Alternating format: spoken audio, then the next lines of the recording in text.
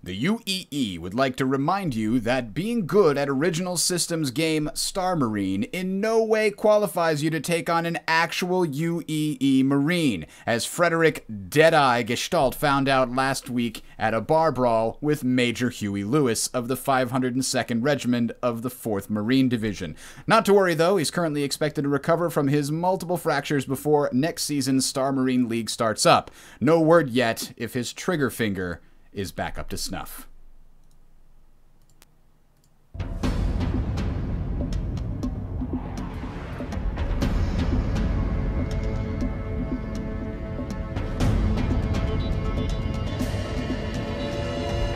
Welcome one, welcome all, welcome to another exciting episode of Tales of Citizens here, Star Citizen podcast brought to you by the Legacy Gaming Group and Unrepentant Gaming. I am Bridger, I'll be your host for this evening, where we ask the deep questions. Today's topic is the FPS module called Star Marine, but specifically the breathing and stance mechanics that have recently been revealed in the design article on the Robert Space Industries website. We've got some very interesting things to talk about with regards to that and others, but first let me introduce my co-hosts today well, it's actually, he's not here yet, but there he is in the center, Mr. Calathulu from Unrepentant Gaming. Welcome, sir.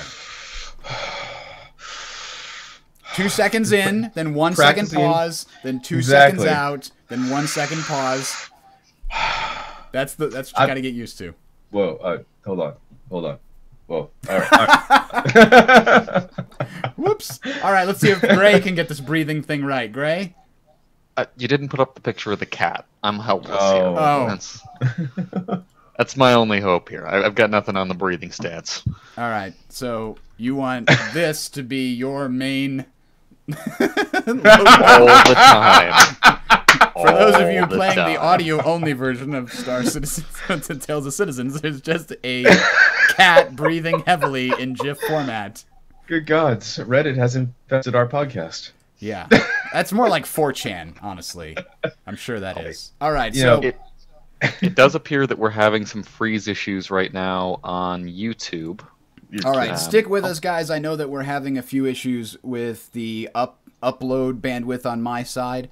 Hopefully those even out. What we're just going to do is we're going to plow on with the recording, and we're recording it locally so that we can re-upload it if the quality becomes too low on the actual recording on YouTube. So stand by, and you know what?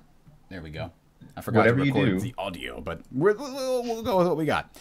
So we're good. We start as we always do with the Life in the Verse segment. What have you guys been up to, Callie? Well, I've been playing a lot of Heroes of the Storm, which is like Gray suggested a couple weeks back. We have a lot of fun with it. Really running as Tassadar now, and having a good time as the defensive, offensive mage with Psionic Storm, and getting it twice, and then getting my ass handed to me by all the assassins in the world. So good times. And Star Drive 2, which if you're like me, you grew up on Master of Orion 2. There are some awesome 4X games, a lot of strategy and all that. Star Tribe 2? Star Drive. Okay. Yeah. I did not find anything except maybe a Facebook game when I searched for Star Tribe. Well, I am a big Facebook gamer. You can find me on there. I'm top 100. Kidding.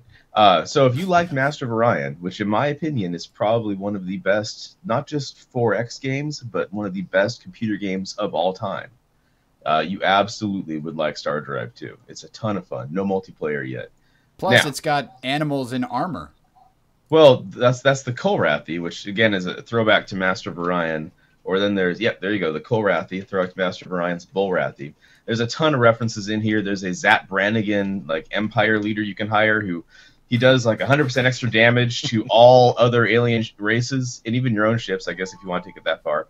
At the same time, he kills your diplomatic relations and with them as well. So you effectively have to go to war, but you got this great warrior. Wow, convenience. Yeah. And other than that, for all the geeks out there, the really good news is my daughter is finally old enough to have discovered the Mutant Ninja Turtles.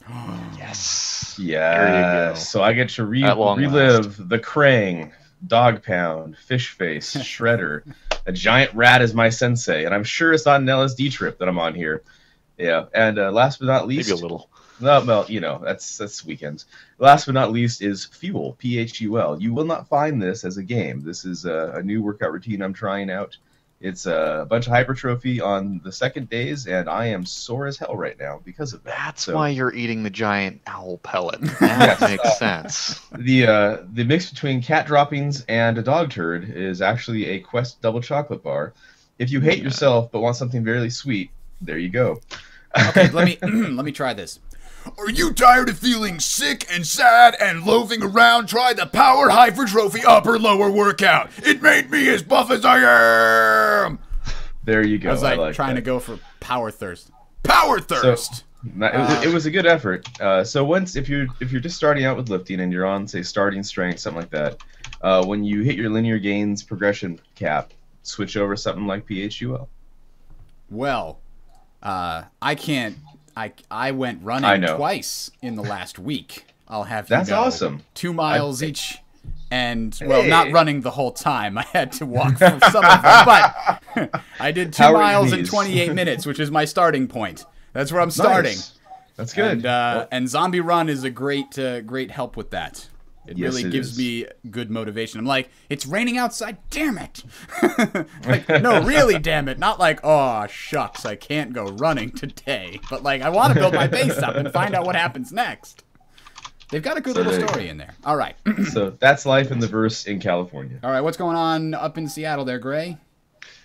Well, I gave Fractured Space a shot. That's been an interesting one. It's early access. The game is very rough right now. It's clear most of the tiers aren't in. I like to think of it as like what World of Tanks would be like if you only had 2 or 3 tiers of advancement real early in the beta process.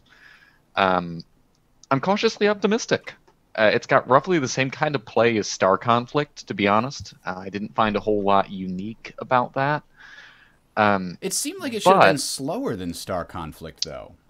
Well, that's just it. The scale of it is so much bigger. You're dealing with ships that some of them launch drones or bombers or fighters because they're carrier-sized. Or they have giant side barrage turrets. There's a little more depth of gameplay involved, I would say, than Star Conflict's sort of point and shoot. This one is turn point and shoot. The base capture is actually pretty interesting, and I had a good time with it. I did a grind through the first tier, and yeah, not bad. So the animation is okay. I didn't find anything particularly spectacular, and the fact that you hit forward and instead of giving you additive momentum, it's just kind of like, yeah, you go forward until you let go of the W key was a little unimpressive. Yeah, but it was still really enjoyable. What this reminded me of is that game Dreadnought.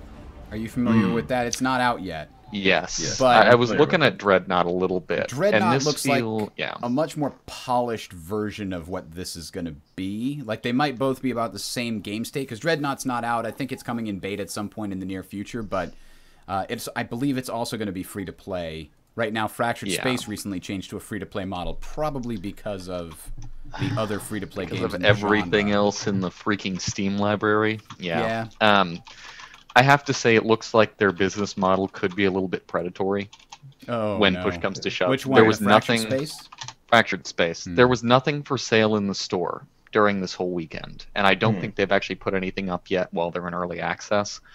It sounds like they're going to put a premium on ships, like premium ships that you could buy with real money, and crew members. So it's very possible that if you want your ship to be able to do certain things, you might need a crew member.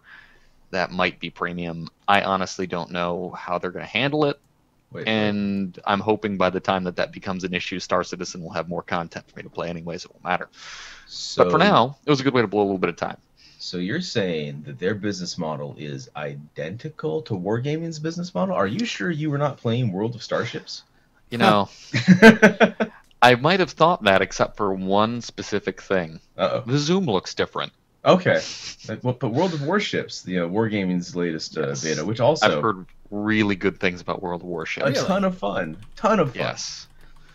However, I have some buddies who've played a little bit of that and really, really enjoyed it. They said that World of Tanks is good, which I agree with. It has its speed bumps, but it's good. World of Warplanes was the bastard child, and World of Warships actually looks to be better than the other previous titles. So World of Warships 100% better than World of Tanks. Personal opinion. Wow, this ship is going really fast. Wait, did that aircraft carrier just ram the destroyer? Hang on, let's bring that back here. Look how fast this thing must be going, like 40 miles an hour. It is straight up 40 knots. Get it right. It is straight up arcade action for the Navy. Yeah, it's no way it's really. But it looks like a lot of fun.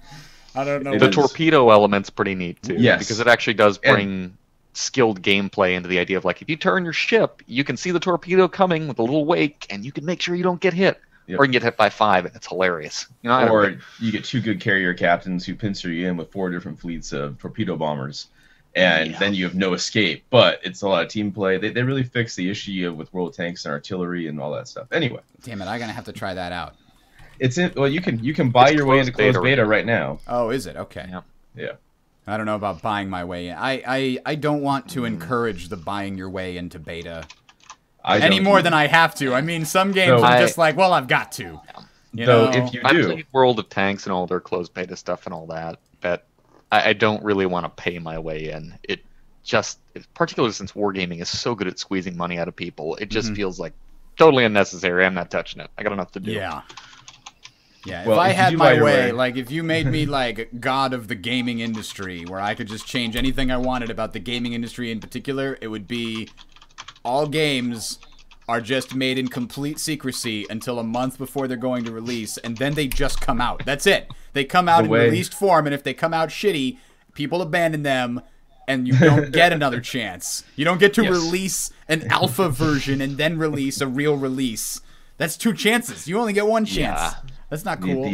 Anyway, the '90s model of game development. Yes, that's what I want to go. Back in my day, people bought a game. They bought a game. They didn't buy half of a game. I had 3 CDs. Oh god. Oh, this is flashbacks to Dark Sun all over again. Thank you, EA. Oh, guys, you can pre-order for $70 and get 3 premium ships, 3 port slots, a bunch of in-game currency, and 90 days of something. Okay. So as we complain about this, let me ask a question. Show of hands here and in chat. Who here has spent over $100 on Star Citizen? Listen, just because I'm talking about this derogatorily doesn't mean I don't want to buy that. So look at those. That's 3 awesome ships. Why wouldn't I want those? Of course they show you all these awesome battleships and aircraft carriers in the thing, and then, like, you start with a frigate. Like, God. Yes. Yep. Congratulations, you start with something that people will crap all over. There was a game... No.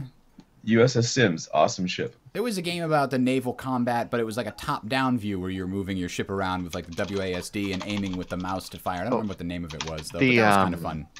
The World of Warships model, if you're in an aircraft carrier, it goes to a top-down view. Really? So you actually become like RTS style if you're running a carrier. And you like shoot. You basically direct fighter groups to go after various ships. Exactly it. It reminds me so much of where they should be taking that whole like command and control sphere in Star Citizen. Yes. It would be if you could give orders and it shows up on your screen, like if I'm a fighter pilot and my carriers give me an order and I can go there and hit that waypoint, shows up, that would be so ideal. Yeah, they did make sure that the fighter planes and bombers don't have fuel in the World of Warships thing, so that's not as big of a factor, but they do have limited ammo, so they have to come in and resupply from the carrier.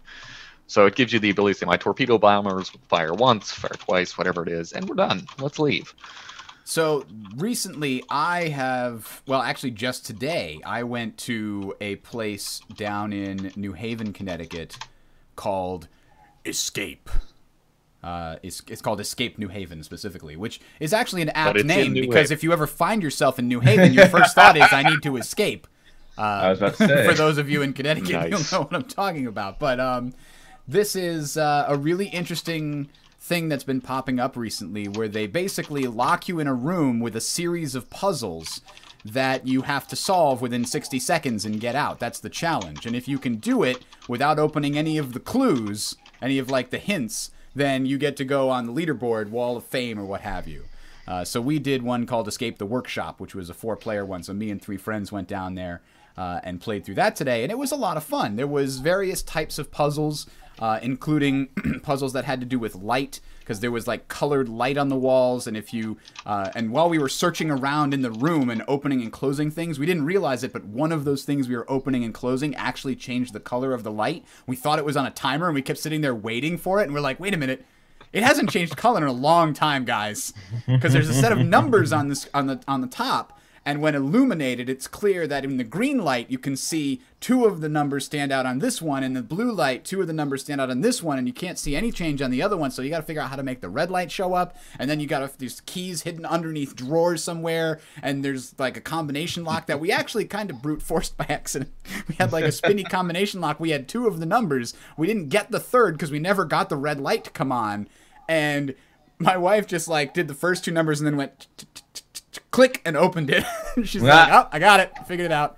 That's the weakness of the spinny combination locks. And then we had had a couple other things. We had to find keys, figure out where they go, listen to some audio cues, and figure out. There was a clock that was broken at 9:27 on the wall, and we kept trying that number everywhere. It was a complete red herring. Didn't do anything.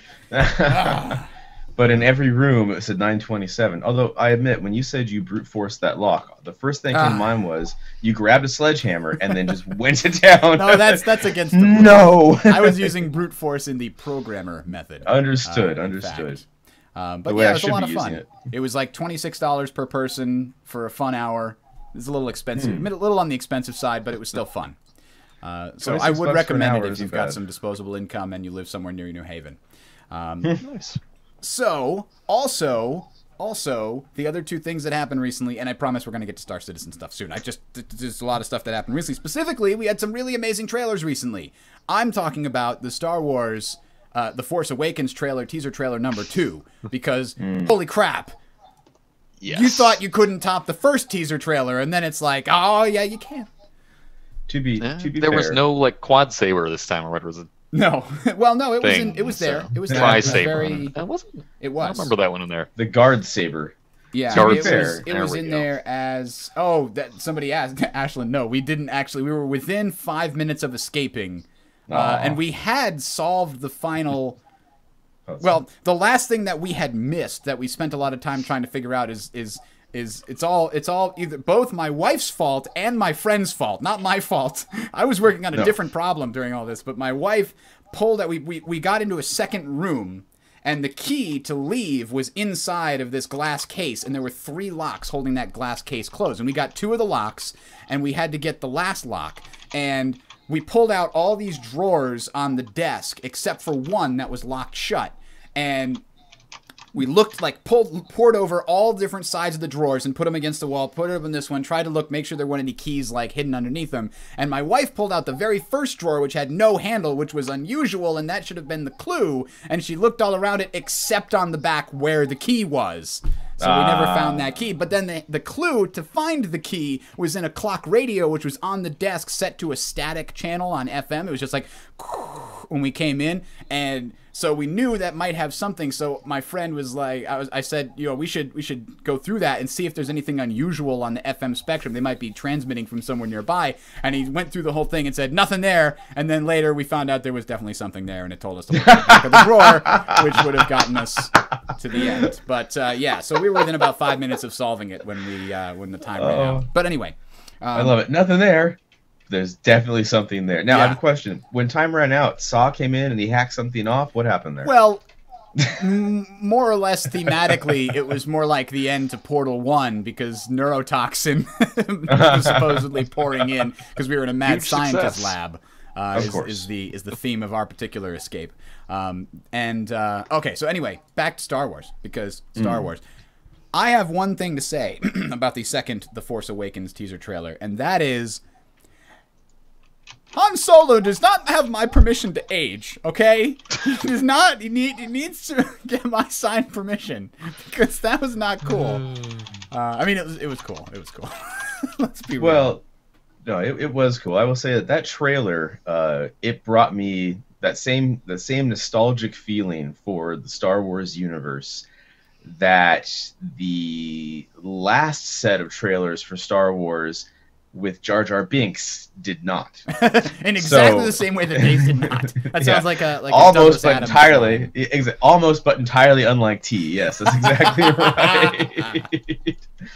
So yeah, although Harrison Ford is getting on in years, but then again, so is Liam Neeson. So and he's still the action hero in films.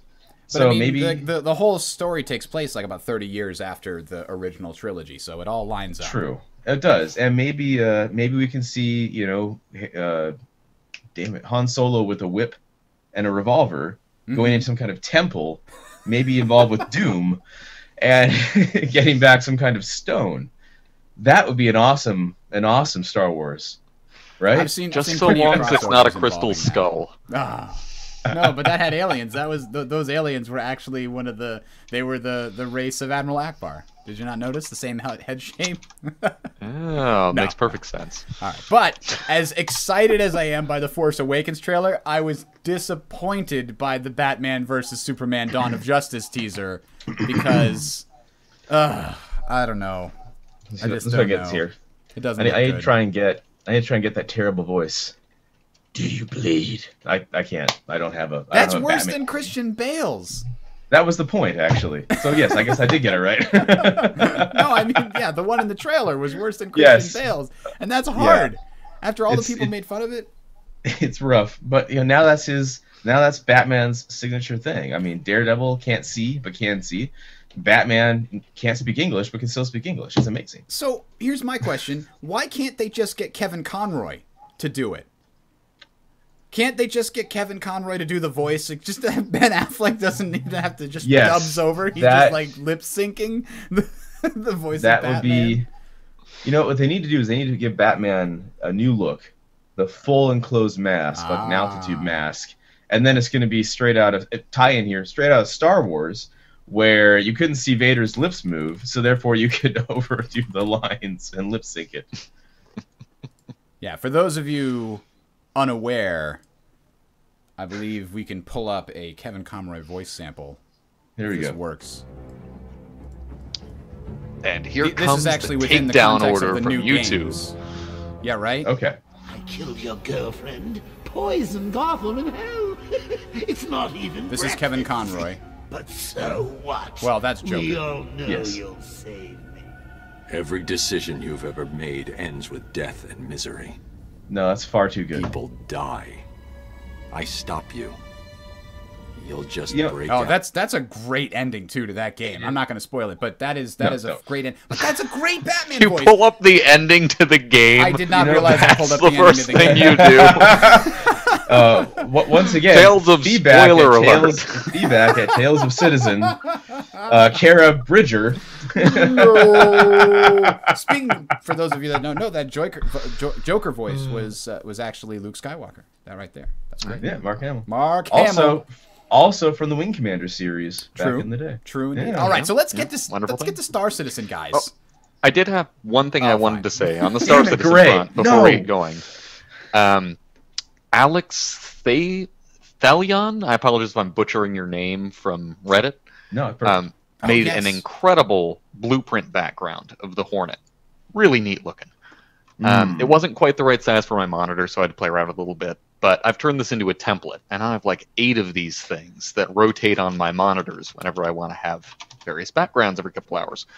So really cool, great work. Appreciate your contribution on the Reddit. Just thought I'd give you a shout out since I'm using the friggin' thing. There's a link to that in the show notes, which should be on the Tales of Citizens website or in the description of the YouTube channel and or the RSS feed. They should all be in there, I believe. Indeed. Okay. So, as much as I'd like to keep talking about not Star Citizen, because there's all lots of cool stuff to talk about outside of Star Citizen, this is a Star Citizen show. We're going to talk about Star Citizen 30 minutes into it.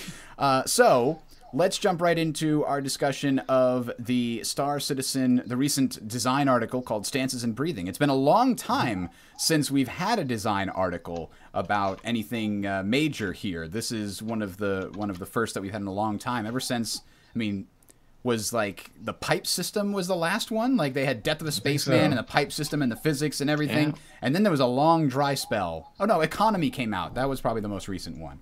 But no, I think pipes were before or were more recent than Economy. more recent than Economy. Okay, I think so. This Yeah. one adds to that sort of main collection of. So you want to know what Star Citizen's all about? Well, here are the main things that won't change. These are the main concepts behind the designs. The actual implementation, definitely subject to change. And in fact, all of these are fully subject to change, but the idea behind them is likely not going to change.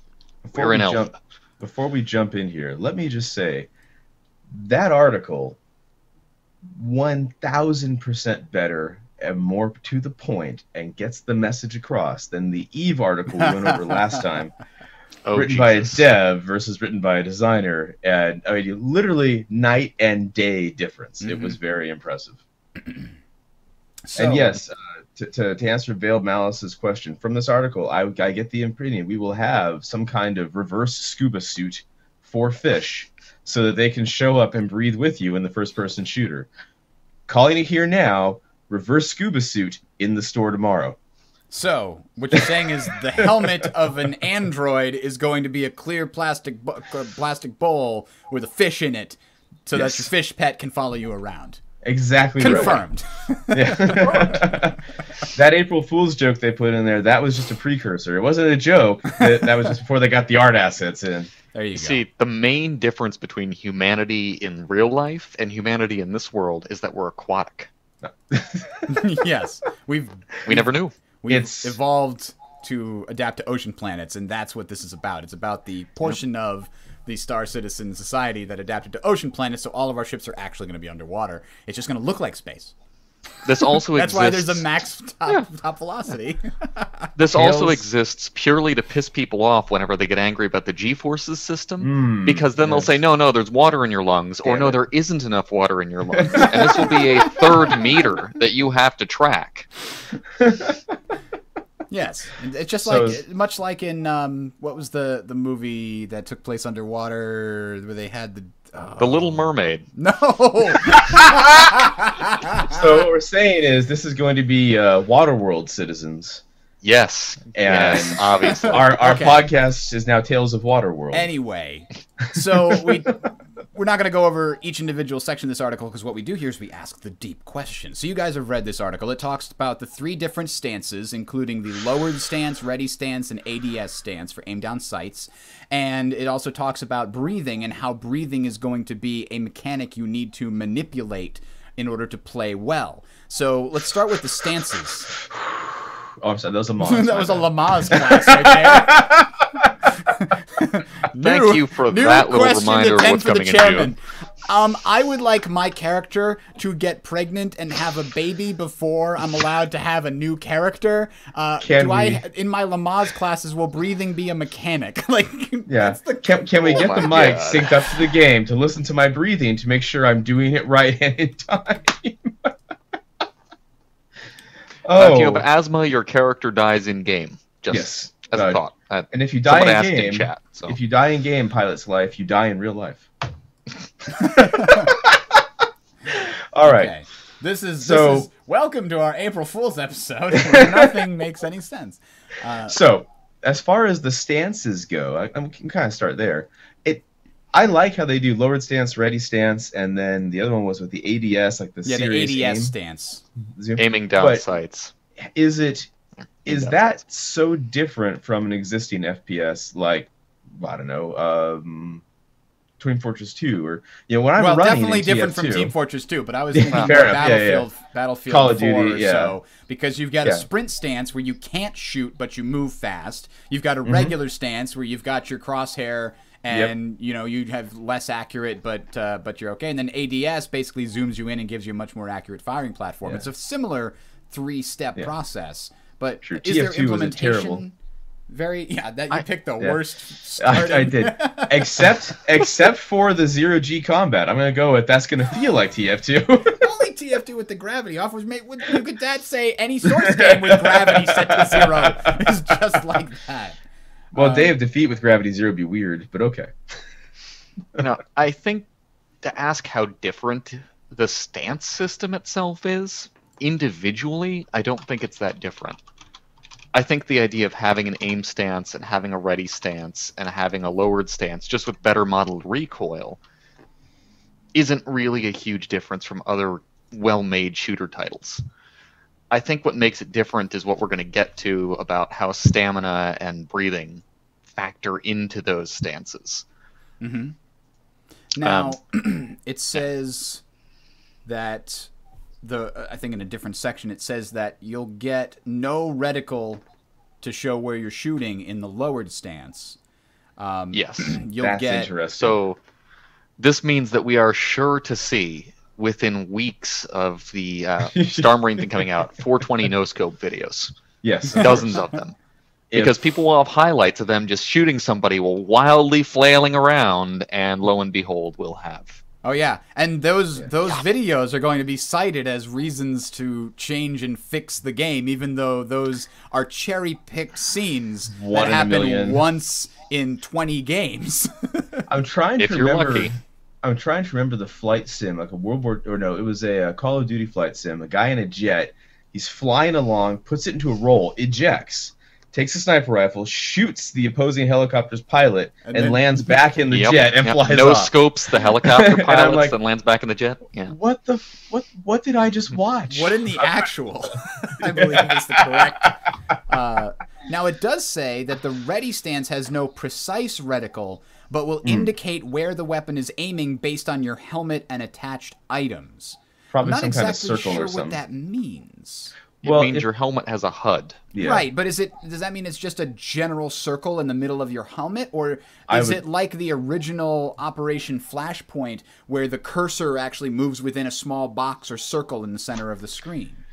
If I had to take a wild guess, because the ready stance is going to have that ability to say you have some sort of cursor, what you're likely to see is a circle that is somewhere on the screen based on where your gun is pointing, because where the gun is pointing is what matters here, which is physically attached to your character model to some degree here.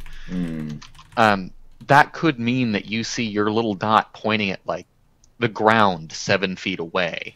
Right, it's not always going to be in the center of your screen necessarily. That's what I was trying to figure out. And I think it's basically just going to be more of an indicator. So if you've been in the ready stance for a longer period of time and you haven't been sprinting and your stamina's good and all that, it'll probably look a lot more like fire from the hip indicators you've seen in other games. So a relatively wide circle or like a laser dot pointing out somewhere on your screen. I can't see them using it as like a functional, okay, move your mouse and aim here, and expecting it to be a binary input. At least not in that stance. But that's the only one I could think of.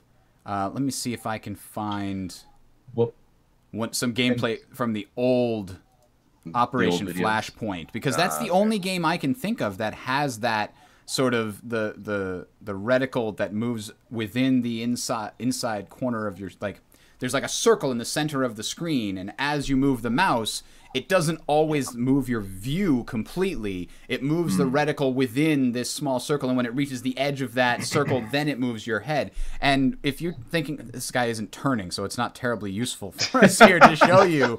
I'm like, and now a man running in a straight line with a thing in the middle of the screen. Oh, there we go. We'll catch it in post. You can see, there he goes. He can move the reticle within a small circle in the center of the screen without actually moving his screen, which is interesting. But now if you think about this kind of gameplay and combine it with, for example, the Oculus Rift or the new Steam VR, then you could use that to look around and the mouse to aim your cursor within your view, essentially. And your head will pull your cursor around, but your cursor will also pull your head around. I feel like that could be an effective method. Well, and Arma has already done something very similar. I know with the Track IR, the little head mount thing, I don't know about the Rift, but I think so. Alpha Protocol, Vel Malice mentions in chat too, where you can move your head and do that to do a head look setup while the mouse actually aims the gun and points. So we've already got the ability to look around a corner, although I look forward to the first time I try that and my head gets taken off as soon as I peek around the corner. That would be entertaining. And you're back in the bathroom picking a new character. Staring at the wall. Wondering my life is gone. Just like real life. All right, so now the items they mentioned on your weapon as well. I wonder if that'll have a big impact on where your reticle in the not lowered but ready stance is, where you're walking around, the gun's out, and you've got some attachments on that gun that make it heavier or fire slower or something, but it narrows that, where is my actual gun pointing right now? Damn it, because I need to snap fire and I'm gonna get in trouble. So I look forward to that. Can we take a quick look at the screenshot? This looks really awkward with his wrist there, right? Does that not look super awkward? But as awkward as this is even worse. That's a broken wrist. It's the first thing I thought when I Well, humanity has evolved to have the same thing that I have with my joints. It's clearly superior. Let's go with that. Guys. Or bionic. You know what's great? We saw recently that Chris Roberts put out a little letter from the chairman indicating that they're going to add the alpha to the Star Citizen version numbering system to keep things clear. And the first way I learned of that is I got up at like 7 a.m. in the morning for work, and there was a tweet from Guard Frequency that said, "The alpha is no longer silent." So, thank you, Guard Frequency. Yeah, I like to think that Chris Roberts personally listens to my show and takes all of his inspiration from it, but that's not true. That's going to get us in trouble pretty quick. Yeah. There's a reason none of us is in game design. There is? Well, yeah. I thought it was just because I don't have enough money to live and design games. We would just rule them with an iron fist, and Chris Roberts will listen. Yeah, I'm told it's important. I don't know why. All right. So anyway, back to stances.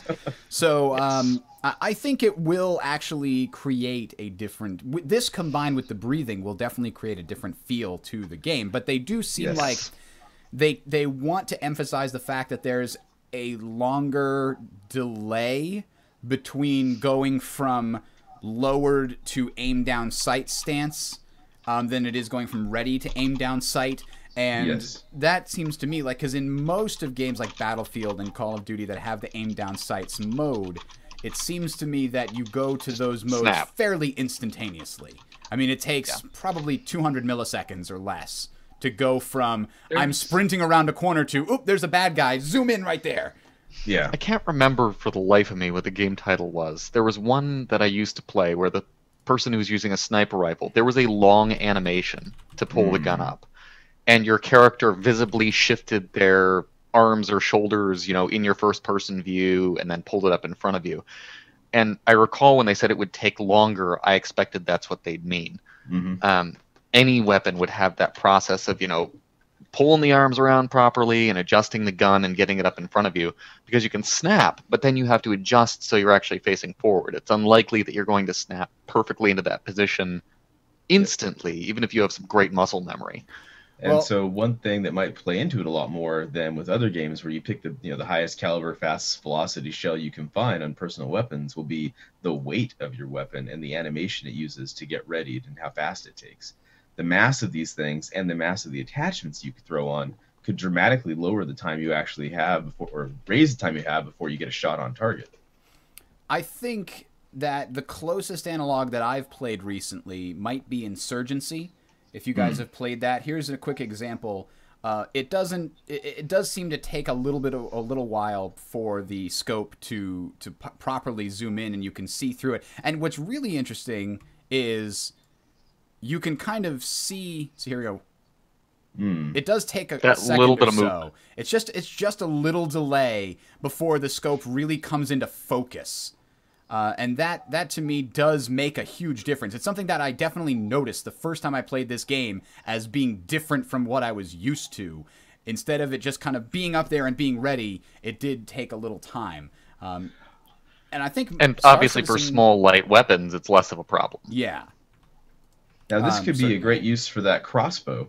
The one they were giving out as part of your back this other game. You get a crossbow in Star Citizen. You do? I do. Yes. There is. It was an older game. Yeah, I forget which one it was. So we know crossbows will be in game. You've already wound the winch and whatnot. If it's light enough weight, this could be the fastest gun in the game. I'm not saying it is, but it'd be fun Because I want to Rambo the Be hell out of this thing. I want the compound bow with the scope on it that I can Rambo around. I want the that would be flat awesome. grenade. I want the flat gun, like an Unreal Tournament that bounces. Oh my the God, flak bounces around the corners. Flechette gun. Flechette gun. The That's what I original want. Unreal That Tournament. was Yeah. Running around the original Unreal Tournament, I remember going on like 40 or 50 kill sprees Yes. That thing on those was maps. insane. Because You you just knew found someone's the around right that corner spot. and you're just like thump, and they Yeah. die. It Yep. bounces off the wall, and it's a one shot. They're Yep. gone. It Though I will say, it was a shotgun I've never on had- steroids.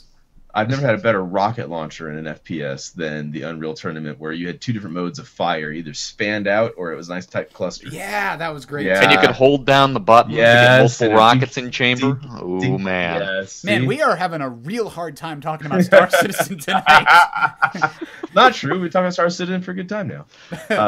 It's all. I you mean, know, it's all I wild doubt we'll speculation. see that level of like, Rocket launcher. I was going to say massive I want a rocket explosive device in Star Citizen. I think we'll still see grenades and the like, and probably some grenade launchers. I doubt we'll see hold down your key for 5 rockets and then launch them in No. a star of death at your opponents. No, that would not happen. Nor should it. I mean, that's not the kind of weapon you would realistically have. Although, I admit I would look forward to seeing somebody fire one of those straight up on the Broken Moon platform and hit somebody as they're trying to do a flyover. Yeah, but, they make the low pass and then Vin just gets taken out. Is that what I'm hearing? No, you just gotta get a scythe with the wing as like the what was it? The guy in the story we just recently read. The first one, Oh, yeah. was it Cassandra's Tears? The second one? Yeah, yeah. What they call that guy, Claw or something? No, what was his name? He used his Claw's wing not to ringing like a bell. cut through everybody like it's like a scythe. Oh God. Okay. You just gotta get that and just use it to cut off people's heads during the low pass. Like, all right, just sit there and film this. Here we go. Ready? Ready? Where'd my head go? I think the weapon of choice in that case is called conservation of momentum. Ah, okay. Well, sure. All right, so back to the stances. So, the 3 stances they talk about contextual navigation. From that, you think they're talking about like being able to vault over things and lean around corners and stuff. Absolutely. In addition to that, I think contextual navigation may also mean how quickly you're moving. They're automatically tracking if you are hitting your run button or you have walk enabled or anything like that, and it'll snap to that stance if it can. So, yeah, if you're in, walk mode right now that you can trigger, you'll probably be in that ready stance. That seems But like then if you jump something, then contextually, yeah, it would bring you down to the hip fire, not really effective stance. So I think even within the various things, the various modes of walking and running and moving, you're going to see variances in where your gun is pointing and how effectively it's aiming. All right. So the other thing is, how do you exactly control the 3 stances? I mean, you were just talking sort of about it. Great. It's just like the walk button initiates the stance, but only after you've slowed down to it. That seems weird to me, rather than having direct control over like, okay, I'm in ready stance, I'm in sprint stance, kind of a thing. If you have a gun out in the first place, that means you're in the stance system. I think that's really what it comes down to. If your gun is pulled, you go into the stance system. Otherwise, you're still at walk, run, whatever. I think what you'll probably see is you've got the run mode, which is what you currently use to probably run around your hangar, and that's where your gun is going to be down. Just distinctly, you've got your user interface, but you're not really going to be able to aim for crap. You've got the walk mode that you've currently got in the hangar, and that one will probably be at the pseudo-ready on the shoulder but not looking down the scope mode, unless you're doing something that requires a hand or jumping or some sort of action that would make it difficult to aim. And then it would go back to the sprint stance, and then you get the idea. Yeah. It's clear that the third mode we will have to initiate, the looking down scope. Mm-hmm. Like the right-click option on Yeah. the gun or something like that. Exactly. Yeah. That's going to be something you have to physically trigger. But I think the other ones, it's just going to be how quick are you moving? Have you hit the sprint button recently, if there's a sprint button? Have you jumped over something recently, ducked beneath something, stood What was up, your- you name it. Has There's your all reaction these variants. cooldown expired? Yeah. Yeah, all these various actions you could take that would take you out of an ideal firing stance. And I think that's really what this is about. How far are you from ideal conditions? And ideal conditions is you're sitting, not looking down scope, but just standing with the gun on your shoulder until you tell it to look down scope. All this together with the breathing system, what it kind of says to me is the time to kill in this game is going to be unusually high. Despite the fact that it's like 1 or 2 shots to kill to like a chest or head region, that you would think the time to kill would be very quick. 2 people enter a room and start shooting at each other, and if they're 50 or 60 yards apart, one of them just dies really quick. That's like a Counter-Strike thing. People just click for heads and then the thing's over, right? But it seems like this might have a lot more of, you have to find the right place and time to stop and prepare and aim the shot and then hit him, rather than you're going to want to spray some fire down there to hope to get a lucky thing and to keep them on their toes to prevent them from standing still long enough to get a shot. Like, that might be a really interesting cat and mouse game within a room that has a bunch of cover and stuff, trying to get the right angle and to predict when your opponent's going to stick his head out properly so you can have yours ready. It's all cool. I like it. Partly reminded, actually, of the plug-in, or whatever the hell they call them, PlanetSide 2 sniping. Particularly when you were dealing with, I played on NC, you were dealing with the NC's default rifle, the big machine gun. You could put a sniper rifle style scope on that thing and do really substantial damage. But in order to make that effective, the way that you were going to have to fire, it was really all about controlling how often you hit the breathing button. And when you hit it and how you hit it, because that allowed you to do really absurd shots that really made no sense at all in context. But it did have that cat and mouse aspect to it. If you knew somebody was out there, you had to really carefully time, when am I going to pop up, when I'm going to do the breathing thing, and knowing that you have this giant freaking rifle that took forever to shoulder, have I timed this properly not to get shot in the head and die? Still really didn't particularly enjoy that game's take on distance shooting, but at least they did incorporate some of the breath system for folks to get used to that idea if they hadn't played before. Okay, so let's talk about the breath system in Star Citizen, because it definitely seems like that's going to add a lot. Like, both of these systems are going to be slowing down the gameplay in comparison to a lot of other games like Counter-Strike, like, Battlefield. And the breath system specifically, if we pull that up, they describe that you're going to constantly be breathing, obviously, but that in other games, breath only matters when you're, like, zoomed in on a scope, and then you have that little sway back and forth thing that represents your breathing until you stop it. In this, the sway is going to be directly related to breathing in and breathing out, and it's going to affect all shots in all stances, though it's going to be less obvious in the ready stance, because you're going to be very inaccurate anyway, and much more obvious in the ADS stance. But what it indicates is that you're going to have these pauses. So even without hitting the hold your breath button, there's going to be these 1 second shots where your cursor is going to be stable, and that's when you want to fire a burst. And if you hold down your breath, you might, be in a situation where you're waiting for the other guy to pop out, and holding down the breath button might wind up, with a stamina problem where you held your breath too long and you're forced to then breathe a little bit heavily to get it back because you've been holding it for too long. It really makes it interesting. Like, you're going to have to be really careful. The first guy to shoot might not be the guy that wins the combat, because if he tried to shoot when he's breathing, he's going to fail a lot more heavily than the guy who's waiting for that just the right moment. Well, I have 2 suppositions on this, and the first is, at range is when this is going to matter the most. If you're in close and tight, like you're clearing a building kind of thing, you're not going to, the accuracy of the gun's not going to be enough to throw it off. The other supposition on that is it's going to stop a lot of the peek your head out, it gets blown off in a second, because if the guy's breathing and you peek your head out, his shot might be pulled off and slightly away. But it's going to add some variability as you're moving around or crouched and waiting and not aiming down the sight, but you're in the ready stance, knowing someone's going to pop out, say 25, 30 yards away.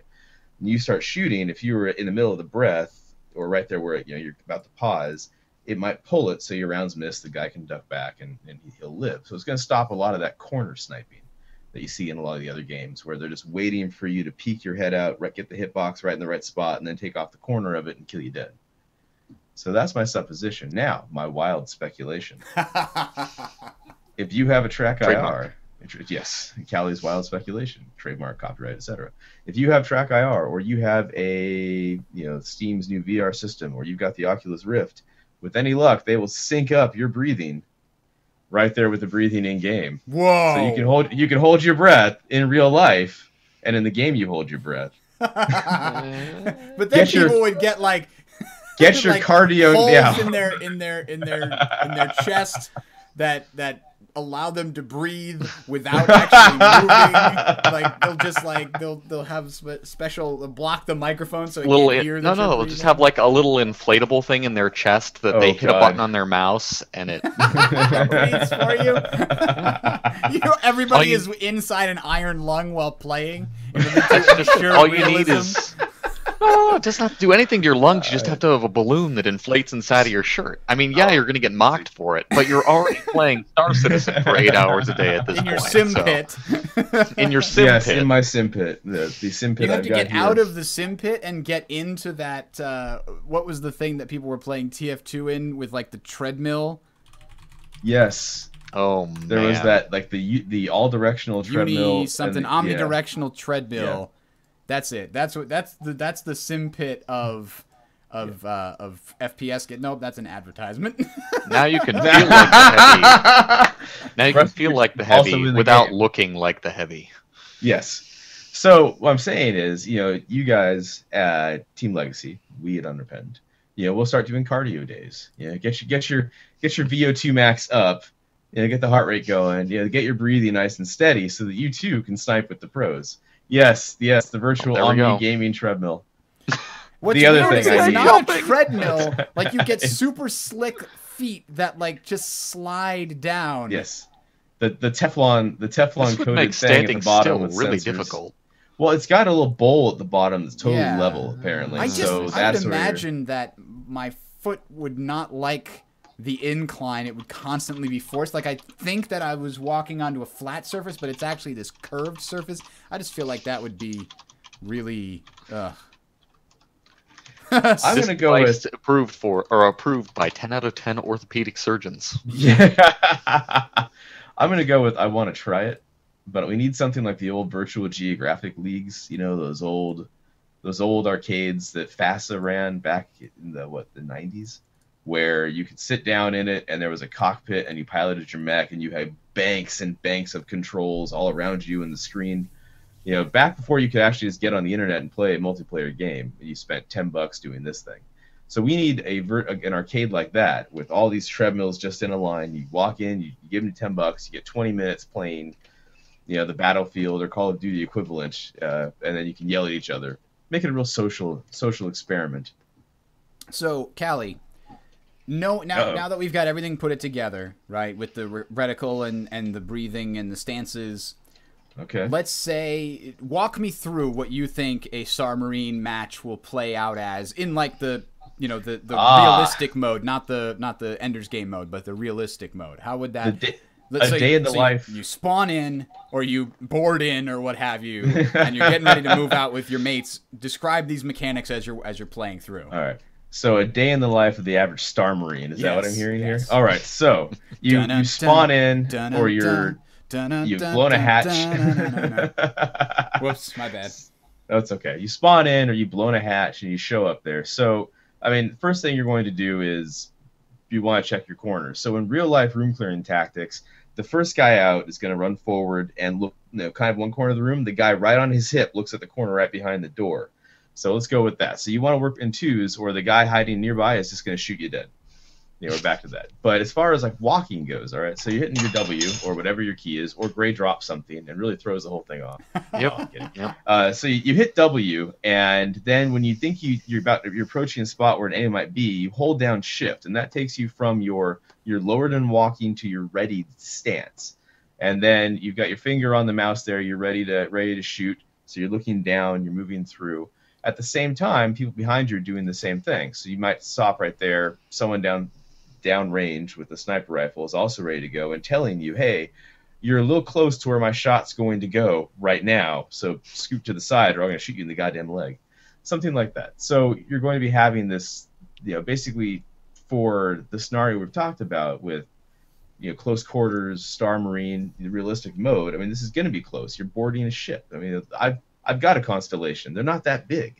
I can't imagine. Well, the Merchantman might actually be big enough, or the the D hull, the MISC D. The C is pretty huge, and then C the D is even D bigger. is They're massive. saying the D is going to be NPC only. Bengal-sized. Yes. So unfortunately, if you want the D, you will have to wait for the persistent universe. Oh, Gray, I want it. I want the D hull. So All right. Next week we get to see these things. yeah, We'll come back to we that. get to see Yeah, the yeah, we do. concepts. So it's going to be mostly close quarters. I'm going with sniper rifles, all that kind of stuff are... Thank you, Jay Dorlman. Yes, the D is bigger. Thank you. So it's going to be mostly close quarters in Star Marine 1.1.1 and in Star Citizen 1.1. God damn it. Now I hate the naming convention even more. All right, so in the 1.1. Whatever release of the FPS, it's going to be mostly close quarters. I don't think they're going to have maps where there's a whole lot of like sniper alleys and whatnot. They might. I could be wrong. But it seems like this kind of game lends itself well to urban fighting, that kind of thing. And Gray, you were talking earlier about like how you saw the mechanics working. I kind of tried to walk through how would you actually use that in a game. So your sprint would be control. So it might be, you've got a long corridor, so you have two guys that sit there and Overwatch, two other guys hold down control, go sprinting down that corridor to get to the end, plant up against the door, and then one of them opens it. And if you're smart or you have the cash to burn, just throw grenades in. Yep. I mean, I would. A lot of the solutions to this game will be open the door and throw grenades in. Let's be honest. Aiming is too hard. Just That like real matters. life, yeah. Aiming is hard. Make sure that they don't get the chance to aim, because they might be better at it than you. So Which you it actually described... lends. Go ahead. But say in a boarding action where say I'm going to go in there as a pirate and take the cargo. If you're a smart merchantman, you just set up that cargo as your defensive barricade. I mean, you don't mind losing it. They're only here for it. If they're going to have to shoot the damn thing up, Ooh. you put it up in front and you shoot from behind those cargo containers. You make them lose cash to try and take your stuff. There you go. See, I'm keeping the family-friendly rating here too, So versus the family freighting rending. So what? Yeah. So what you've been describing does in fact sound to me like, well, it's not quite what I envisioned, because you described a team that is all like set, like a pre-made, ready to go, work together. I was boarding envisioning action the kind of internet. thing. So I was envisioning somebody throwing a flash grenade in the spawn, and then somebody else running around a corner and instantly dying on your team without even looking. They just round the just corner, gone. bam, done. Melted. Didn't even slow down, didn't even peek. And then you're like sneaking along, and you get behind something, and then just when you look around the corner, you got your teammate behind you, and then suddenly he's gone, and you're stabbed in the back by an enemy. You're like, where the hell did Joey go? Joey, All where I are can you? say- He's like, dude, I found something in the bathroom. It looks like a chick. What? What are you doing in there? You were supposed to Someone watch my spray painted back. the wall. Yeah. Now, for Star Marine, that's going to happen 100% of the time. For actual boarding actions where you've got 3 or 4 people, I mean, what are the odds that you or I or Gray or anyone out there is going to just pick up some random hobo off the street, give him a gun or let him have his own gun, and then go flying out there in an effort to go board somebody? That sounds pretty good, actually. I like those odds. Never You tell started me the the phrase with odds. random hobo, and that's where it just really caught my attention. You sold me. Well, random hobo, and by that I mean our audience. Yeah, there we go. Oh. Oh. Oh. Once again, feedback at talesofcitizen.com, care of Cthulhu. Yes. No, All right. I Any think- any final comments about the stances and breathing before we move on to our concern of the week? The big thing that I'm interested to see is how the stamina system works. If there actually is any form of your character can have more physical fitness or less physical fitness, if that matters. I feel like if stamina is a resource, I'm curious to see how they manage that resource. I have no speculation. I have no proof. I have talked to no developer about this. For the love of God, don't quote me on the forums. They but did I would say in be the too article late. that heavier armor drains your stamina faster, but it recovers at the Yes. exact same speed. Yeah, and I'm very curious to see how that resource ends up working, particularly if they give you a way to say, is there an advantage to using, or is there not enough of an advantage to using this light armor versus the heavy armor?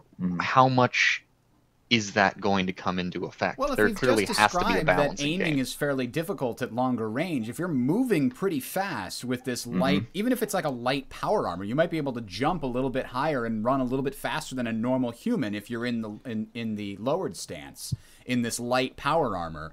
Obviously, you have no real damage absorption at all, so that you're at the 1 or 2 shots and you're dead mode. But you'll be able to cross to more advantageous firing positions better and easier than somebody in big power armor that's going to get shot with 3 or 4 hits and then they're down. Yeah. Or and heavy armor could work well if you're on the defensive side of things. I True. mean, you boarded my merchantman. I know my ship better than you do. I know where you came in at. And I've got, 4 guys to your 6, but my 4 guys are all in heavy armor with fully automatic weapons that are heavy as hell. And Plus, But they're you all can ready. camp. At the same time, Camping is Yes. king. I will be camping. you I know where promise your you. cargo boxes are. You know Yes. what you've put in there. It's very possible that you will indeed have your little camping point that you built on the Yes. surface of the planet. You've made your own little kill box that's effectively grenade proof. See, that's the idea. Yes. You make a big target on the outside of your ship that says "board here, please."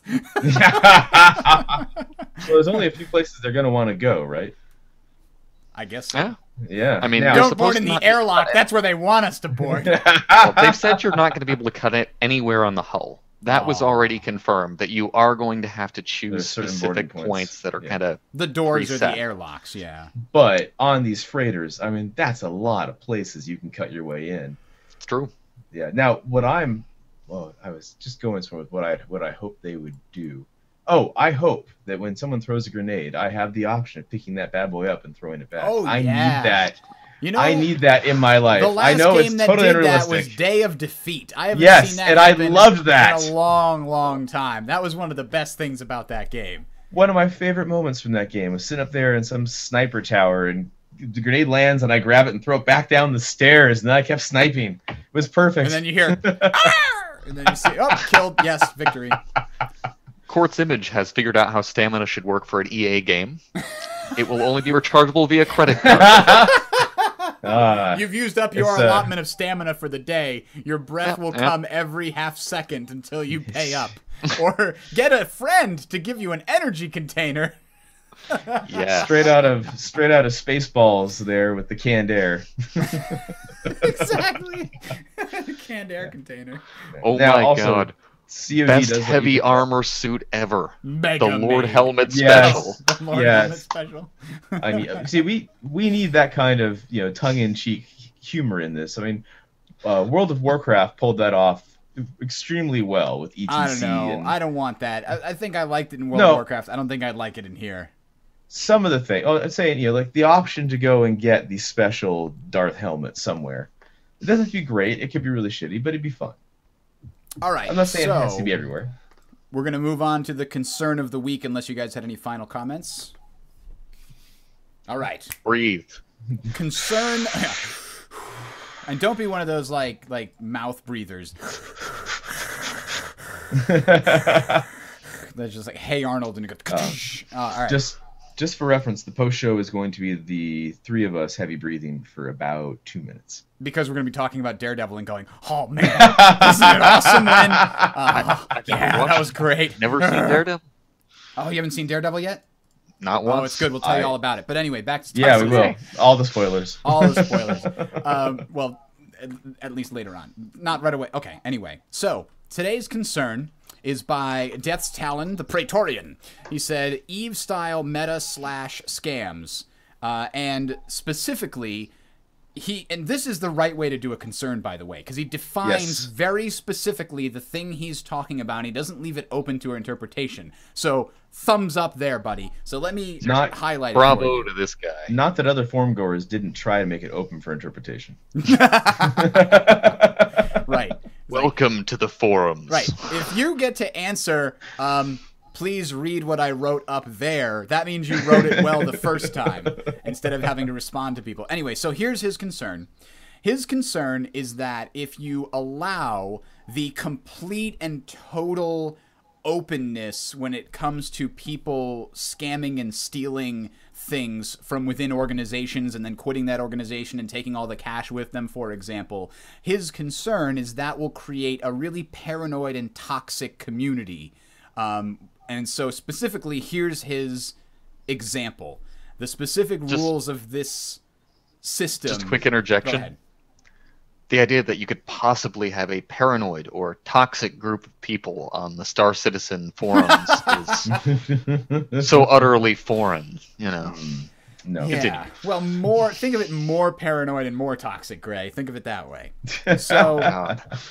by scam in this context, he means the huge scams that EVE players will sometimes do, where they can steal what amounts to tens of thousands of real-world dollars of in-game equipment, sell it on the black market, close that account, and then go ahead and start a new character with the $5,000 that they just made, something to that effect. I mean, consider it similar to, like, socially engineering someone out of their 5 javelins, right?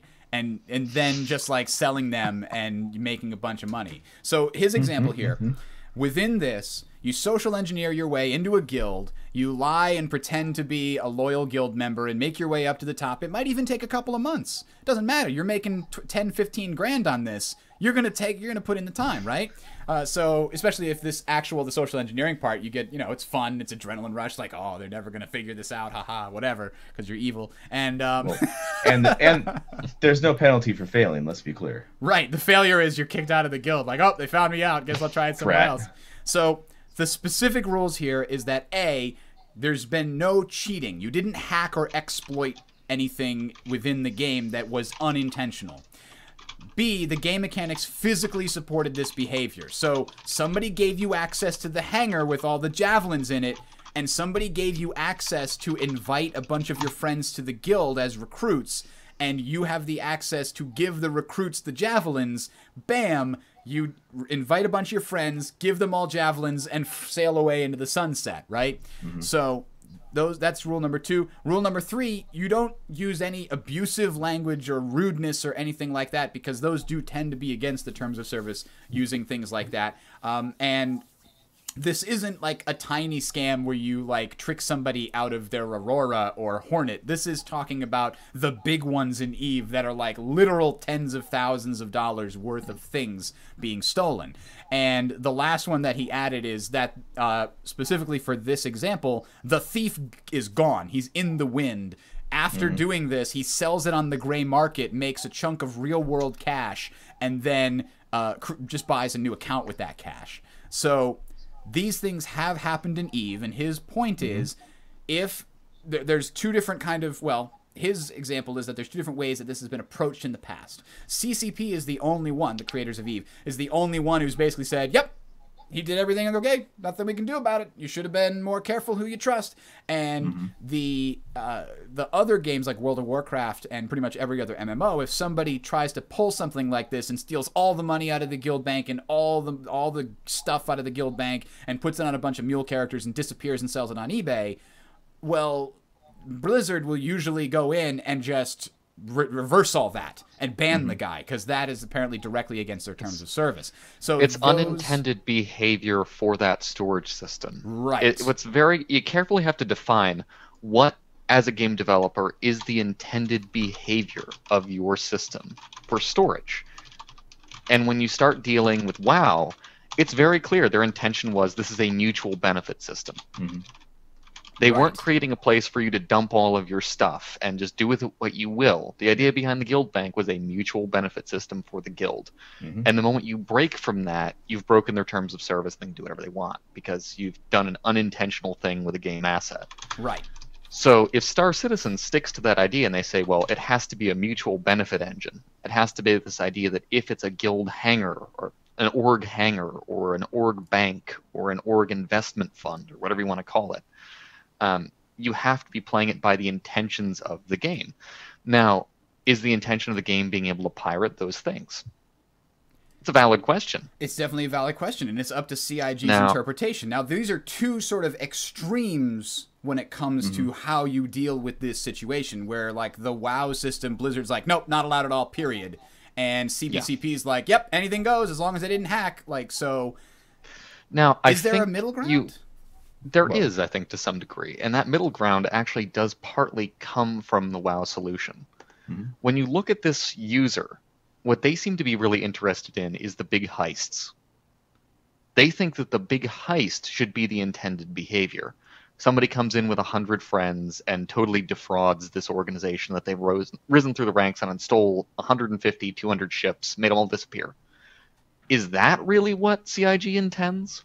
Or does CIG intend for you to make a grand escape with 1 or 2 ships? Which one of these sounds like the more likely outcome? Well, Kelly... I think... Oh, sorry, go ahead, finish. I would say I think it seems much more likely that just like WoW, I hate to say that, CIG may be more likely to say small crime, small taking of little groups of things are close enough to the intention of the game that they won't go against you for it. In WoW, if you take a stack of something not particularly valuable, they won't even restore it, much less ban you or take it away or anything else. That's, well, you were maybe a little out of line with your guild policy, but it's within what we thought our system could handle. I think in Star Citizen you're more likely to see that. Oh, you stole an Aurora from a 10-person org, or you stole, an Idris from a bigger org, or a Javelin from a bigger org. Well, congratulations. Those people have this amount of resources, and it was intended for a larger org to have a larger security problem with these things. Yep, good luck. They stole 1 thing or 2 things, or whatever it is. This wasn't a scam. This was an act of piracy.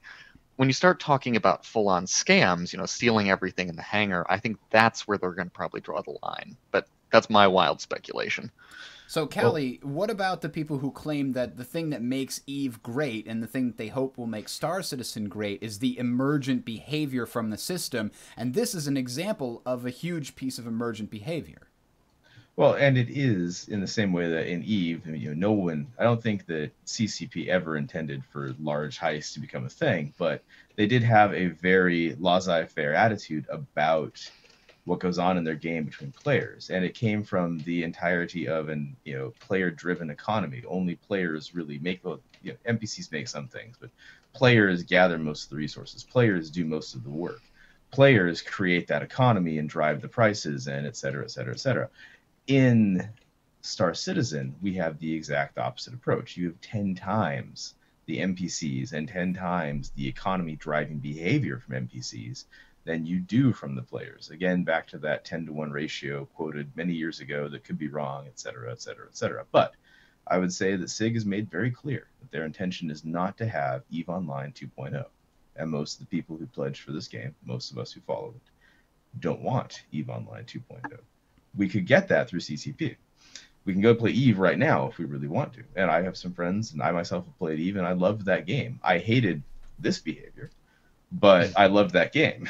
So when you come down to it, SIG is not CCP. They've already started out by saying they don't intend to be CCP. They will borrow some ideas from it, but the economy is very clearly not one of them. I mean, the whole economics article, wildly different than the approach CCP used. And theft comes down to the economy when you get right down to it.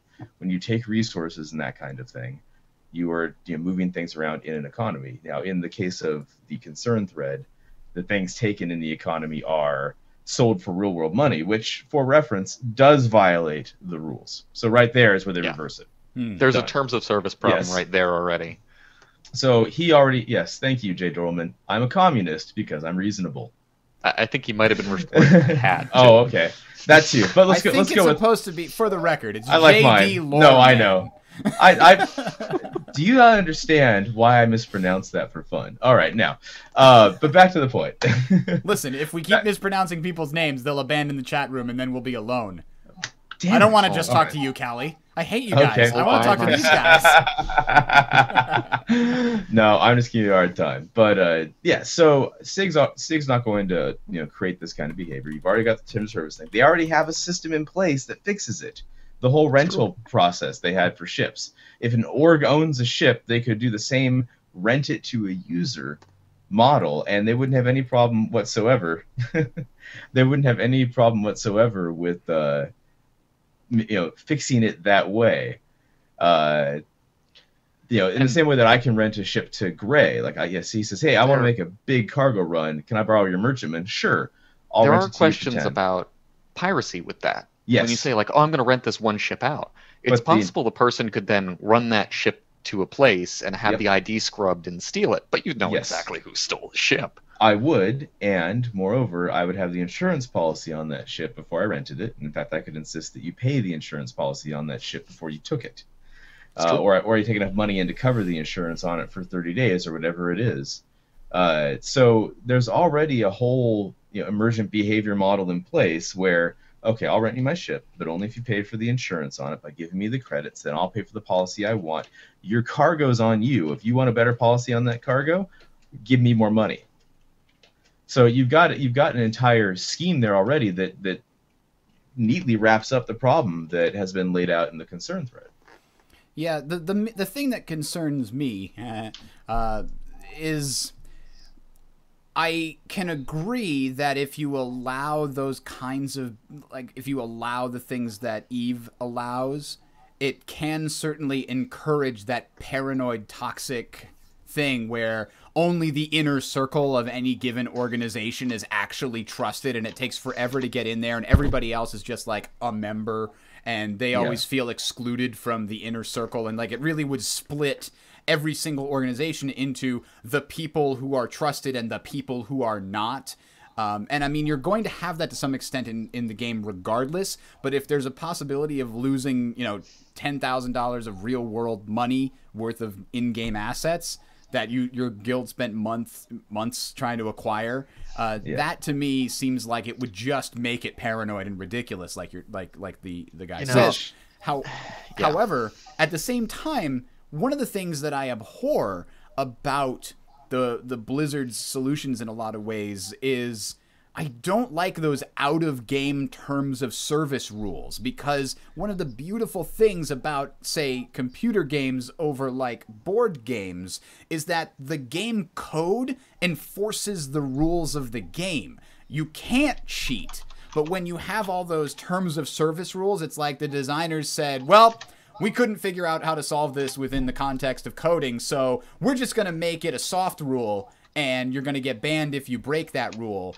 And, basically that to me, like, ideally, and maybe it's not always possible, ideally, the only out-of-game rule should be you can't break the in-game rules through hacking or exploiting kind of a thing. Yes. I think I agree with you mostly. I think there's a problem with saying you can't, or with not saying you can't sell ships for real money.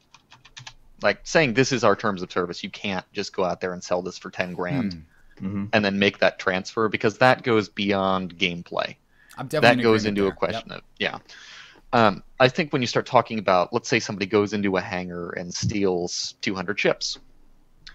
Those ships weren't insured. I think there was an in-game mechanic for that. You're right. They shouldn't restore those and ban the person, because there is an in-game mechanic to get those ships back. And the insurance company could then, in-game, give these people a firm warning. We're not going to restore 200 ships to you again if you don't lock your hangar. Yes.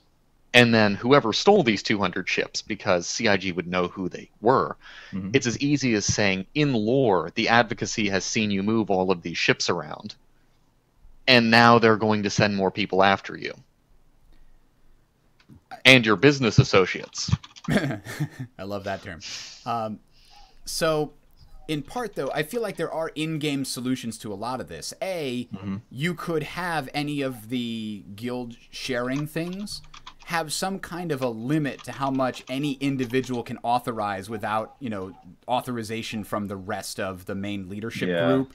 So that one person getting into a position of power can't just allow all their friends to come in and authorize them to take all the stuff and leave. Like, so if one person authorizes X number of in-game UEC credits, basically United Earth credits, so I guess that's UECC that I just made there.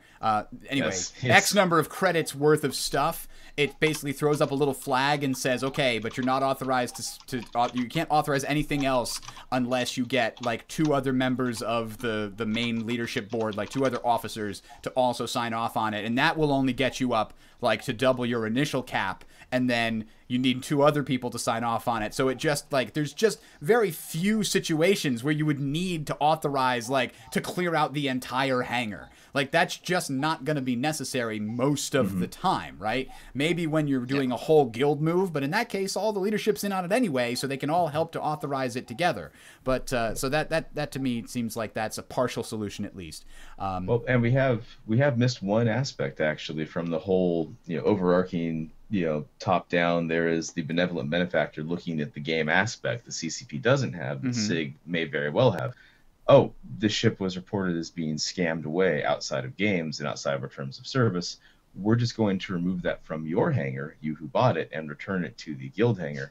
Now you're out whatever you did to get it. They can easily track the individual asset. I mean, this is just a database transaction. True. So now it goes back to, hey, you sold me this thing for $5,000. It's not there. That's fraud. Failure to perform, failure to contract, whatever the law happens to be about that. So out of game, you would then have a legal proceeding. Right, but you'd probably go back on PayPal and contest the term, and right, because if they have that, we will reverse any outright major scams policy like Blizzard does, for example. Then that behavior wouldn't happen because you wouldn't be able to sell those ships because of exactly what you said there, Callie. So that basically shuts down 90% of those scams because there's nothing to gain for the person who's performing them because they can't actually gain anything because it's being reversed essentially. So not that it won't happen. Right. One of the things that I wanted to respond to is Vic Creed in the YouTube chat says, but in-game assets will not cost money. And yes, while in part that's true, they do cost time. And time is money. Don't let anybody fool you. That age-old saying is what it is for a reason. So if your organization spent a lot of time doing something in order to acquire it, other people will pay for those things. That's why the gray market and the black market exist for these things, where you can go on like eBay and or other more nefarious sites and like buy a levels 80 World of Warcraft character replete with tier X gear. Like, people will pay for that. Therefore, it's worth real money. Whether or not it's officially allowed to be sold in that manner, there are people that find ways around it on more shady websites. So that fact alone means that it can be done if people value the amount of time that went into it. So you do have to have this conversation ahead of time, even if technically you can't purchase things for real money, except that you can, because you can purchase credits for real money, which is essentially the same as purchasing the items you purchase with credits for money. So I guess we can just say it is hard capped, but only on a per day basis. It feels okay, if you got a lot of money, you just do it every day, and you're going to have tons and tons of money. It could be, but I mean, if it's hard capped and the cap is 30 minutes of gameplay's worth of mining. Well, then you go to a shady organization that has a bunch of people constantly creating new accounts and buying them with cash and then paying cash to get in, extra credits on each of these accounts and then pooling them. Although that would be a little suspicious now that I think about it, and they could probably track it. But just a little. Like, oh, these 17 accounts keep spending money to individuals all as a group at the same time, and it's always the same amount. No, that's just a payment. We owe them for protection money. Yeah, that's it. So what do we think? Have we addressed the in-game, out-of-game, and organizational changes necessary to cock-block this particular concern? No, it's still complete clusterfuck. I think you still are going to have questions of how much they allow. Yeah. Yes. But we won't see it until the PU hits. Right. They're going to have to hopefully have their policy on this descriptive and specific by the time we get to like the release of the PU. Theoretically, in the beta of the PU, they could still like reset everything before the official launch, so none of it would matter in that sense. You know, scam me, whatever. It's gonna all get reset. I don't know why you're bothering, kind of a thing. Nobody's gonna really care that much about if it resets. But by the time they get to the we're not resetting it anymore phase, they have to have a policy to deal with this. Now, whether even if that policy is we don't do anything, like, but it still needs to be set and clear. Something we know. Now, did we talk about that whole stretch goal player advocate thing? We haven't talked about it yet, but it is part of this question. Yeah. What does that do, and how would that influence? Would that be the group that actually in-game investigate? There's two things I saw with the advocate position potentially here. The first is contract enforcement, because if they choose to make some sort of contract system that works for players like it works for NPCs, there will be gray areas. And to handle that, they'll need basically in-game GMs. Yep. That was what I got for the most part. I think when you start talking about stolen property and that kind of thing, I don't think advocates are necessarily going to be the ones enforcing or dealing with it. It felt like too much of a position that would be busy with more fuzzy questions, I guess is the only way I have to put it. Rather than the black and white of, was this sold out of game? Yes. Okay, then let's get rid of this problem. If it's a question of somebody, you know, if CIG actually says, well, we're going to actually have to have a system where if somebody steals 100 ships and we don't want that to happen, we have to fix it, then yes, that would probably be the advocate's job, because they're just going to be an in-game GM. Yeah.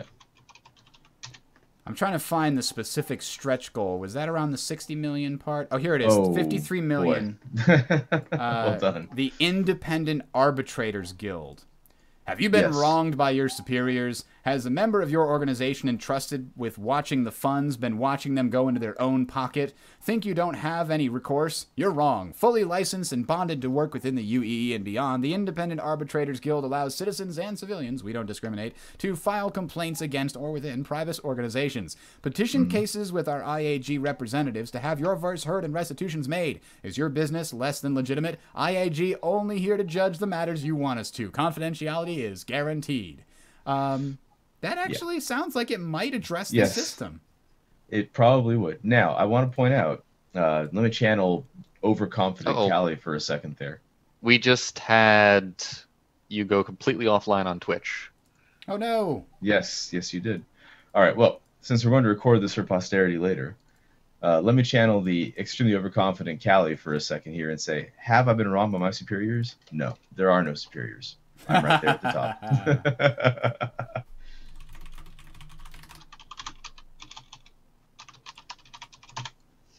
All right. Well, now, let's, wait. YouTube is also paused. All right. Well, we're basically at the end here. So for the purposes of the audio, why don't we finish the program? We were live for about half a second there. Okay. I don't know. I've restarted. Somebody about reading about the advocacy. Maybe SIG would like us to have forgotten it, so they pulled some strings at Twitch, and we're boned. All right, so anyway. It looks like we're live. We're basically at the end of the game here. We're at 8:35, so we spent another hour and a half. No, an hour. We spent a half hour talking about not Star Citizen, and then we spent an hour talking about Star Citizen. For those of you who write in and ask us to keep the show shorter, respect. It was less than 2 hours. Okay, you don't understand how hard that was. We tried. We did. The trouble is, I talk a lot. Bridger talks a lot. Gray talks a lot. We all talk a lot, but not to each other. So we need like 3 perspectives. What you guys don't understand is that we're just constantly talking. We're not even waiting for each other to finish. And afterwards, I take the 3 different audio streams and I split them up to make it seem like we're having a conversation. Yeah, that's it. That's the magic of editing. But he can't catch those doing it awkward live. pauses. I'm editing in live. Yes, you understand? I've got like 6 are. other biometric arms here working on He's this. basically a wizard. That's what this comes down to. I'm a Yes, wizard, well, Harry. there's that. So I'm convinced that we're having some issues with my upload at the moment because right now my computer has no issues with the performance. The processing is showing up just fine. I'm sitting around 50-60% CPU usage No problems there. I'm not having anything slow on my computer, so it's got to just be something on my upload, hopefully temporary, because my wife was having issues even before we started on League getting ping spikes and things. So hopefully the internet is not permanently broken. But And I'm Cali Thulu. All right. I'm Bridger. I see what you did there. And this is my panel Gray and Calathulu from Legacy Gaming and Unrepentant Gaming. I'm Bridger signing off. You guys have a nice night. See you later.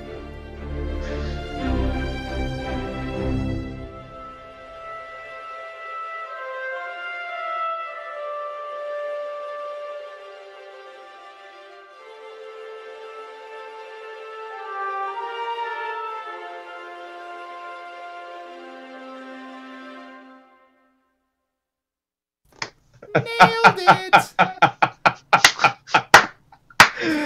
Oh my! Now, did the I'm curious, just for my own edification, did the chest thump come through on the mic there? Yeah, excellent. it did. That's perfect. Oh, that's good. That's good. So, Gray, now comes the part where we have to chastise you for not having watched Daredevil yet, because it is amazing. It is How terrible awesome. at watching TV Wasted shows. hours. I mean, this is my go-to show between sets. I get 2 minutes of Daredevil, kill myself. 2 more minutes of Daredevil, kill myself. Perfect.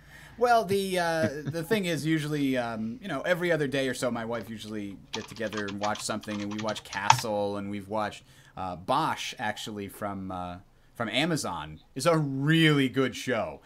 I have not watched that yet. I think I've been telling a lot of people here. Bosch made me realize how often other shows rely on misunderstanding drama. Like, Oh, yes. where two characters, drama is created just because they misunderstand each other or the situation. And Well, all that has to happen is one of them has to ask a clarifying question, and that stupid drama is gone, and we can get back to the interesting drama. But the problem is the writers on those shows are either they don't pay to get good writers, or the writers are not given enough time, or they're just bad, or they're just lazy, because they just rely on this one trope so often that at least 2 times in the first 10 episodes of Bosch, there was a situation that looked like it was gonna be one of those situations, and in the back of my mind, I'm cringing and just going, "Oh, they're gonna make this one character is just gonna misunderstand this silly gesture, and it's gonna cause animosity, and they would otherwise be friends, and instead they're gonna be enemies." And then one of the characters, cue the Friends scene, or Right. Friends theme Well, song. yeah, right? it is the entire Exactly. Friends show right Yes. there. So, but that's a sitcom, so I kind of expect that from a sitcom, but so many dramas have adapted that Yes. format. Like, just watch any episode of Arrow. Like, CW just does this all the time, and it drives me crazy. no. Maybe that's why. I've been watching Arrow and Flash recently, and so these points come up in Bosch, and I'm just like, in the back of my head, I'm cringing, and then one of the characters just asks the obvious question that would clear up all potential miscommunication, and the other character explains, and they go, "Oh, okay," and they move on to the important and enjoyable and interesting parts of the show, and I'm like, did that just happen? Did that just happen? What? Hold on. That's not allowed.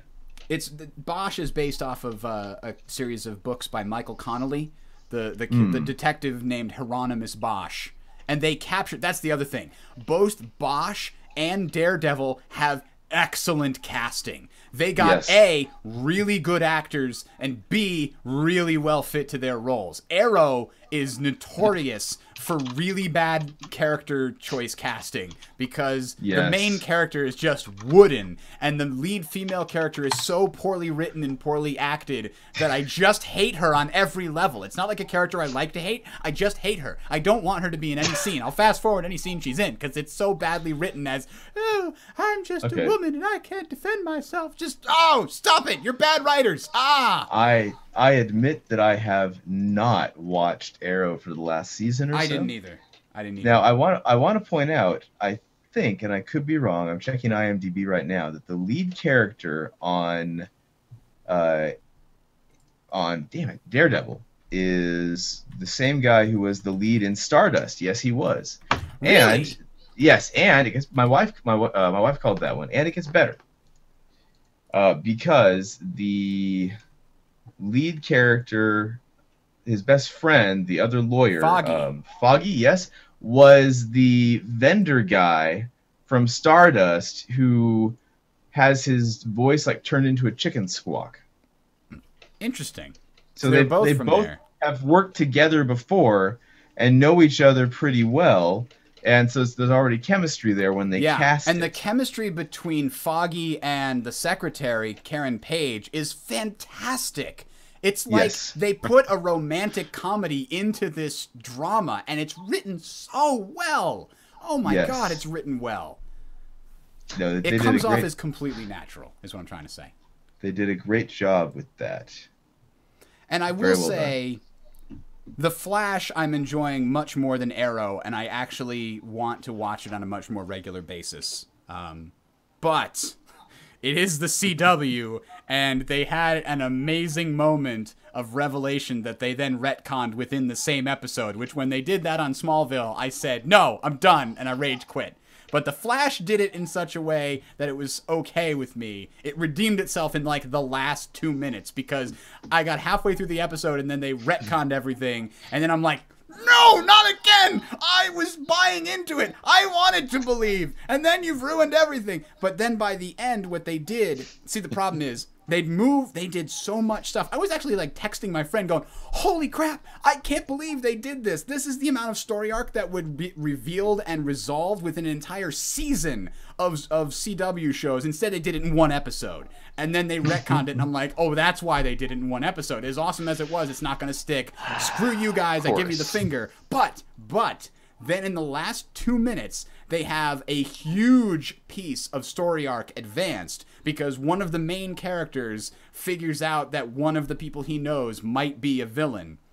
And you know he's a villain, but the main character finally figures it out, and he didn't figure it out in the first episode. In the first one, the first timeline, a lot of stuff happened. That wasn't one of them. So they gave you a different direction of advancement, and it was a very important piece of advancement. And so then I was like, okay, you get a pass this time, CW. Just this time. Just this time. All right. Now, Just I once. did make Once is a okay. promise to our listening audience. I think we have to maintain here. And Bill Malice, Quartz Image. No, who did? There we go. Quartz Image is call us. So everyone. And 1, 2, breathing in. And out. Fire! All right. Oh, God. Hang on. I'm going to find it because I'm sure. Yep, there it is. Darth Vader breathing for 10 hours on YouTube. There we go. You know, I think I need to put this into the noise I play at night for my daughter so she'll sleep better. So There's your white noise, the most terrifying thing you could possibly do. Oh, man. Oh, Yeah, I'm not man. sure about that. But Look at yeah. that. Oh, somebody's All got the right. heavy breathing cat with a Vader mask. I have Yes. Well done, Quartz. Yes. Oh yes. I don't know about that doesn't. His ears stick out through the helmet. I don't get it. Of course. Well, it's hermetically sealed except for the ear. Yeah. So the only thing about Daredevil, I'm about 6 episodes in or so far. I have finished the And series. no spoilers, obviously, because Gray hasn't seen it, and there's probably a lot of people that haven't seen it. It's just recent. So But, the whole thing where Daredevil has the whole transgender operation, I shouldn't mention. no, you shouldn't do Okay, that. the hormone replacement therapy is an awesome me, scene. The is- Trinidad storyline. Oh, you know what? Yeah. You know what? The thing that Daredevil made me realize about all other TV, and that the craft shown in both Daredevil and in Bosch seems at such a higher bar. So in Bosch, I noticed it with the writing. In Daredevil, I noticed it with the cinematography and the writing. Specifically, Except Daredevil... the fight scenes. Well, Daredevil isn't afraid to, A, hold on a shot for longer than 2 seconds. Yes. Transformers. And B, Michael Bay. And B, they're not afraid to have things happen off camera as long as they do it right, and they do. Because there's a thing in television or even in stories, in narratives, called in medias res, which means in the middle of. It's Latin for in the middle of, I think. And the idea is sometimes You don't want to start at the beginning of a story because it's a slow build-up. You want to start in the middle of the action as a jar. And you've probably seen that in almost every television show that's existed, especially if it's like a crime drama. Some episode is going to start in the middle of the action, then it's going to go 6 hours ago or 12 hours ago or something like that and flash back to what happened earlier. Now they've got you hooked. That's right. So, but what they want to do is show you something and you go, wow, I want to know how that happened. Very similar to, by the way, how in Fast and Furious 6, The Rock shows up at a crime scene and there's a car lodged in the 4th story of a building and you're just like, how the hell did they get that car up there? Because you never see that action scene. They come up in what would be the end of a normal action scene, and you see only the results. And you're just like, wow, what is that going on? But in Daredevil, they do the in medias res for episode number 2. And Daredevil just wakes up, not wakes up, but at the start of the episode, he's beat to crap in a dumpster. And you're like, wow, that's not how the last episode ended. What's going on here? And then they don't do the thing where they flash back. They tell you what happened, but they don't feel the need to flash back and show you. And the episode is better for that because what happens in the episode is still super interesting. And you do find out over time. He explains what happens, but they don't feel the need to go back and show you because that would take too long, and they have other shit they want to do in this episode. And then in the fight scenes, there was one really specific fight scene called the hallway scene in episode 2, which is amazing because it was all done in one take. And there are sections of this scene where the fight goes from the hallway into a room and then back out into the hallway and into another room and then back into the hallway, and the camera stays in the hallway the whole time. You don't always see what's going on, and that actually adds to the drama. You're like, wow, I can't see what's going on. Is he doing okay? And then he comes back out, and it's okay. But I really like how they use it. It's very well crafted. Nice. Yeah. So well, cool. I'll have to look into it when I can actually sit down and watch it on. Do they have it on the Hulu or something at this point? No, it's a Netflix original. Yeah, Netflix. Similar to Orange is the New Black, and what was the political one? I always forget. House of Cards. House of Cards. Yes. It was not actually. Well, did I ever tell you the story that I had read about how House of Cards came into being? Oh, I think I heard Kevin Spacey talk about that at one point. Yeah, Netflix data mined their audience. People that liked that director and Kevin Spacey also liked political dramas. So they went to the director and said, we've already talked to Kevin Spacey. He said, yes, if you direct it, we need you to make a political drama. Go for it. And House of Cards was born, and it's a huge hit. I heard that Kevin Spacey had been shopping around this idea with the writer, and he shopped it around to all the networks who all turned him down, but Netflix said yes. So maybe when Netflix called him, he already had a political drama in the works. And that was the reason that it wound up working so well. It could have been both sides wound up finding each other at the right time. Who's the director here? Let me drop it into you there. On Twitch chat, you got it there. But the New York Times in February of last year did that article. Huh. House of Cards using big data to guarantee its popularity. Gotta love it. Very cool. Yeah, I was blown away. Oh, so with that, I think I've got a. And I have sources. Oh, fine. Yeah, we do have to. We got a small meeting to get to here. Go do your meetings in your organization, you crazy people. I got work to do. Yeah. Where does IMDb show the director? I can't find the director of this. Or maybe it's different for each thing. Maybe they don't have a single director listed. I have to look at it. It's a specific episode, probably. I don't know. Yeah, director David Fincher. Is that the one for the most of the show? That is the. What else has he done? Oh, he did Fight Club, Seven, Gone Girl, and The Social Network. Wow. Yeah, that's a pretty accomplished director. No credentials whatsoever. And now he's got House of Cards. He also did Justin Timberlake featuring Jay-Z, Suit and Tie. What? Can't really lose with that on your credits. You know, sometimes they give you this giant check and you can't say no. And this might be the reason he got the job for the Justin Timberlake video, because he also did George Michael 25. I don't know.